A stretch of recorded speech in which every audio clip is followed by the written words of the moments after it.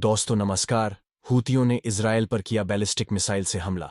Israeli air defence हुआ fail. 11 minute में पहुंची 2024 किलोमीटर। देश दुनिया की ताज़ा खबरों के लिए कृपया हमारे चैनल को ज़्यादा से ज़्यादा शेयर और सब्सक्राइब करें। हूतियों विद्रोहियों ने हमले की जिम्मेदारी ली है और बताया है कि इस हमले में हाइपरसोनिक बैलिस्टिक मिसाइल का इस्तेमाल किया गया है। हूतियों के सैन्य प्रवक्ता ने बताया कि मिसाइल 11:30 मिनट में 2040 किलोमीटर पहुंची। खास बात यह रही है कि इजरायली एयर डिफेंस इसे रोक नहीं सका। यमन के ईरान समर्थित हूती चरमपंथियों ने रविवार की सुबह इजरायल पर मिसाइल से हमला बोला। यह मिसाइल इजरायली एयर डिफेंस को नाकाम करते हुए मध्य इजरायल के खुले क्षेत्र में गिरी। इसके बाद अंतर्राष्ट्रीय हवाई अड्डे पर हवाई हमले के सायरन बजने लगे। यह पहली बार है जब इजरायल के इतने अंदर तक कोई मिसाइल पहुंची है। यमन के हूती विद्रोहियों ने हमले की जिम्मेदारी ली है।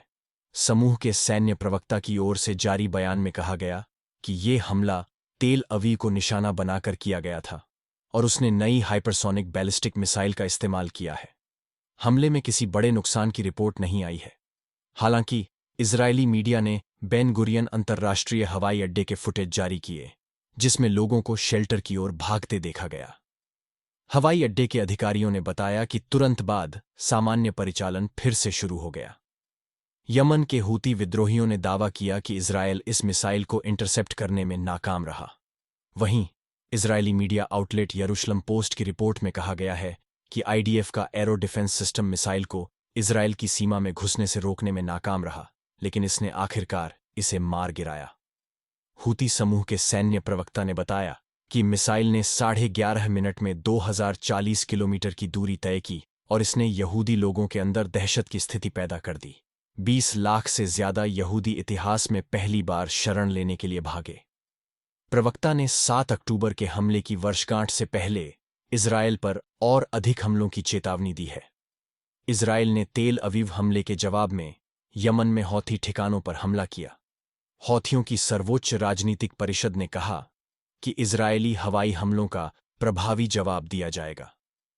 इजरायली लड़ाकू विमानों ने शनिवार को यमन के होदेदाह बंदरगाह के पास हौथी सैन्य ठिकानों पर हमला किया, जिसमें कम से कम 3 लोग मारे गए और 87 घायल हो गए। यह हमला ईरान समर्थित समूह द्वारा इजरायल के आर्थिक केंद्र तेल अवीव पर ड्रोन हमले के एक दिन बाद हुआ है। यमन के हौथी आंदोलन द्वारा संचालित मुख्य टेलीविजन समाचार चैनल अल मसीरा टीवी ने स्वास्थ्य मंत्रालय के हवाले से बताया कि तेल संयंत्रों और एक बिजली स्टेशन को निशाना बनाकर किए गए हवाई हमलों में अधिकांश घायल गंभीर रूप से झुलस गए। होदेदाह के निवासियों ने रॉयटर्स को फोन पर बताया कि भारी बमबारी के दौरान पूरे शहर में विस्फोटों की आवाजें सुनी गईं, तथा अल मसीरा टीवी ने कहा कि नागरिक सुरक्षा बल और अग्निशमन कर्मी बंदरगाह के तेल टैंकों में लगी आग को बुझाने का प्रयास कर रहे हैं। इजरायल के सैन्य प्रवक्ता ने कहा कि इस बंदरगाह का इस्तेमाल हूथियों द्वारा ईरान से हथियारों की खेप प्राप्त करने के लिए किया गया था।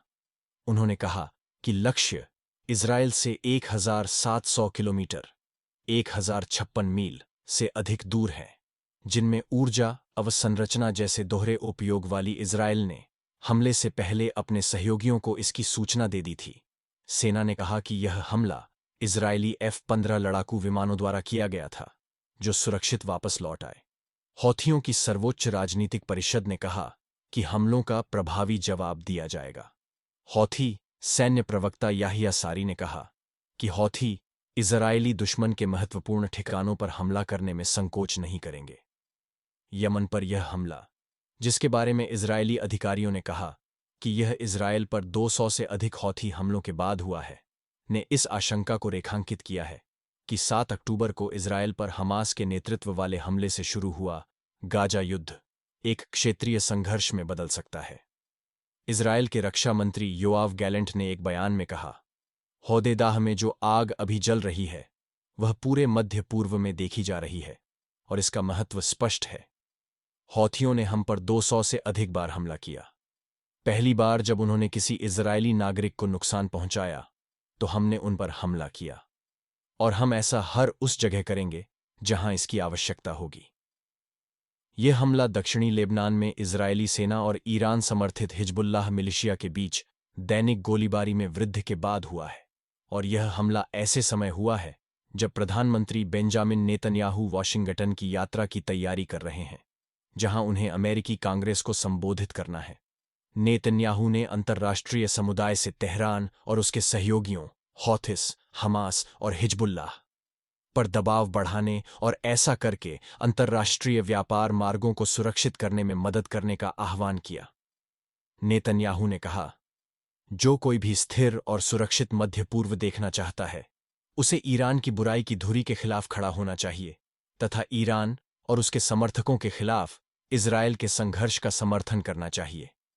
इस बीच ईरानी विदेश मंत्रालय के प्रवक्ता नासिर कनानी ने इजरायली हमलों की निंदा की और झायोनीवादियों के खतरनाक दुस्साहस के परिणामस्वरूप क्षेत्र में तनाव बढ़ने और युद्ध फैलने के जोखिम के प्रति चेतावनी दी, ईरानी सरकारी मीडिया ने बताया। एक बयान में हिजबुल्लाह ने भी होदेदा पर हमले की निंदा की और इसे एक मूर्खतापूर्ण कदम बताया। दोस्तों, आज के लिए बस इतना ही।